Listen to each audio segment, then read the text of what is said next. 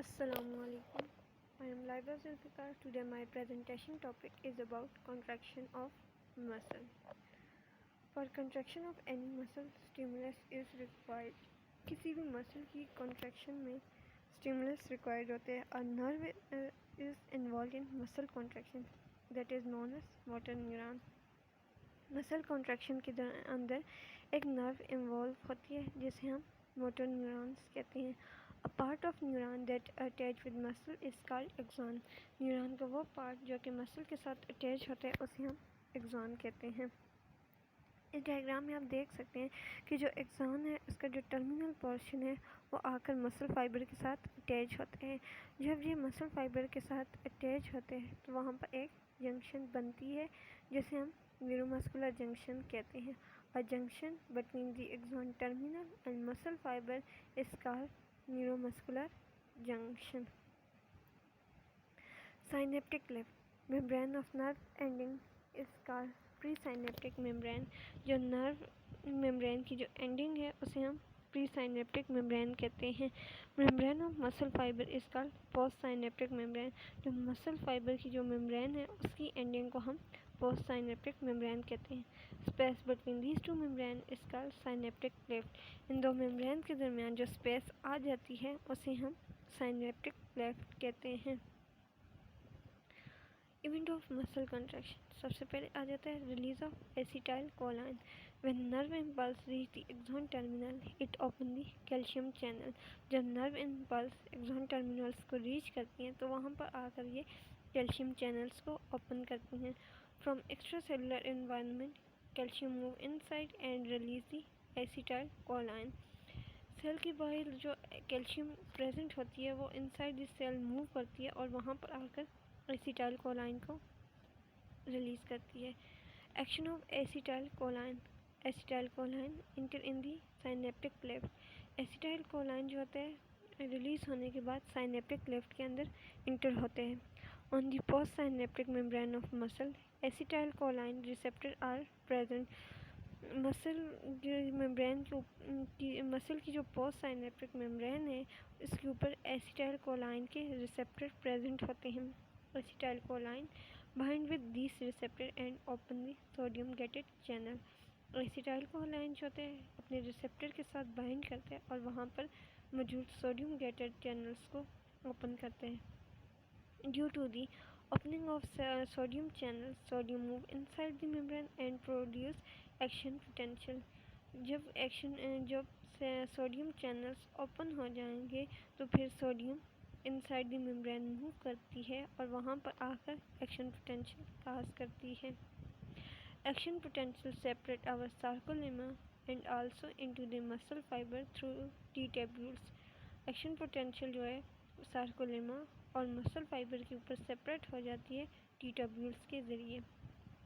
This action potential reach the cisternae and release calcium ion. ये जो action potential होती है वो सिस्टर्निया के पास जाती हैं और वहाँ पर कैल्शियम आयन को रिलीज करती हैं. Calcium ion release from T tubules bind with troponin C. ये जो कैल्शियम आयन जो कि टी ट्यूब्यूल से रिलीज हुए हैं वो आकर प्रोपोनिन सी के साथ बाइंड करती हैं.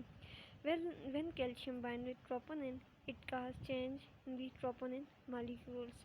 जब कैल्शियम आयन प्रोपोनिन के साथ बाइंड करते हैं तो वो प्रोपोनिन मॉलिक्यूल के अंदर चेंज काज करती हैं. Due to change in shape myosin head attach with actin filament and muscle contract. जब ट्रोपोनिन के अंदर की शेप के अंदर चेंज आ जाता है तो मायोसिन हेड आकर वहाँ पर अटैच होता है और मसल की कॉन्ट्रैक्शन होती है. अब एक एग्जाम डायग्राम में आप देखें तो ये जो एक्सॉन टर्मिनल है इसके एंड में हमारे पास साइनेप्टिक वेसिकल्स प्रेजेंट है और ये जो साइनेप्टिक वेसिकल्स हैं उनके अंदर एसिटाइल कोलाइन प्रेजेंट होते हैं. जब नर्व इम्पल्स एक्सॉन टर्मिनल के ऊपर आती है तो वहाँ पर ये एसिटाइल कोलाइन को रिलीज़ करती है. जब ये एसिटाइल कोलाइन रिलीज़ हो जाते हैं तो ये जो एसिटाइल कोलाइन होते हैं, ये साइनेप्टिक क्लेफ्ट के अंदर इंटर होते हैं। जब ये साइनेप्टिक क्लेफ्ट के अंदर इंटर होते हैं तो वहाँ पर जो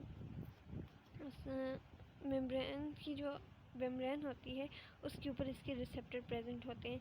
तो ये अपने रिसेप्टर के साथ बाइंड करती है। जब ये अपने रिसेप्टर के साथ बाइंड करती है तो वहाँ पर ये सोडियम चैनल्स को ओपन कर देती है। जब सोडियम चैनल्स जब ओपन हो जाते हैं तो सोडियम मेम्ब्रेन के अंदर मूव करती है। जब सोडियम मेम्ब्रेन के अंदर मूव करती है तो वहाँ पर ये एक्शन पोटेंशियल काज करती है। ये जो एक्शन पोटेंशियल होती है down the T tubules move करते हैं। तो ये जो सार्कोप्लाज्मिक रेटिकुलम से जो कैल्शियम आयन रिलीज़ होते हैं तो जब ये वोल्टेज की चेंज की वजह से होते हैं। ये जो कैल्शियम आयन है वो ट्रोपोनिन के साथ बाइंड करती है। जब ये ट्रोपोनिन के साथ बाइंड करती है तो उसकी शेप अंदर चेंज आते हैं। जब उसकी शेप में चेंज आता है तो एक्टिन और मायोसिन के दरमियान क्रॉस ब्रिज बन जाता है। Sliding theory. Sliding theory explains how the actin filament slide over the myosin filament and form ectomyosin complex during muscle contraction. Sliding theory हमें ये बताती है कि किस तरह एक्टिन फिलामेंट मायोसिन फिलामेंट के ऊपर मूव करते हैं और एक्टोमायोसिन कॉम्प्लेक्स बनाते हैं मसल के कॉन्ट्रैक्शन के दौरान। Power stroke. After binding myosin head tilted toward the arm. Binding के बाद जो मायोसिन का हेड है वो आर्म की तरफ टिल्ट होना शुरू हो जाता है। टिल्टिंग ऑफ हेड इसका पावर स्ट्रोक। जो मायोसिन का जो हेड है वो जब टिल्ट होता है आर्म की तरफ तो उस वक्त हमारे पास पावर स्ट्रोक जनरेट होता है। इस एग्जांपल में आप देखें तो मायोसिन हेड जो है स्प्लिट करते हैं एटीपी के साथ और बिकम एनर्जाइज्ड हो जाते हैं। और दूसरे स्टेप में अगर देखें तो मायोसिन जो है head bind to the actin forming cross bridge. Second step में क्या होता है कि ये जो मायोसिन का जो हेड है वो एक्टिन फिलामेंट के साथ बाइंड हो जाता है और वहाँ पर क्रॉस ब्रिज बनाते हैं। अगर हम थर्ड स्टेप में देखें तो मायोसिन हेड जो है रोटेट करते हैं toward the centre of the sarcomere. तो ये जो थर्ड स्टेप में जो है आप देख सकते हैं डायग्राम में ये जो थर्ड स्टेप है इसमें जो मायोसिन का हेड है वो सेंटर की तरफ ऐसे मूव होते हैं। तो उस वक्त हमारे पास पावर स्ट्रोक जनरेट होती है। अब फोर्थ स्टेप में क्या होता है कि जो मायोसिन हेड है उसके साथ आकर एटीपी अटैच होती है तो वहाँ पर ये जो हेड जो ब्रिज बना हुआ है वो डीअटैच हो जाता है। Thank you.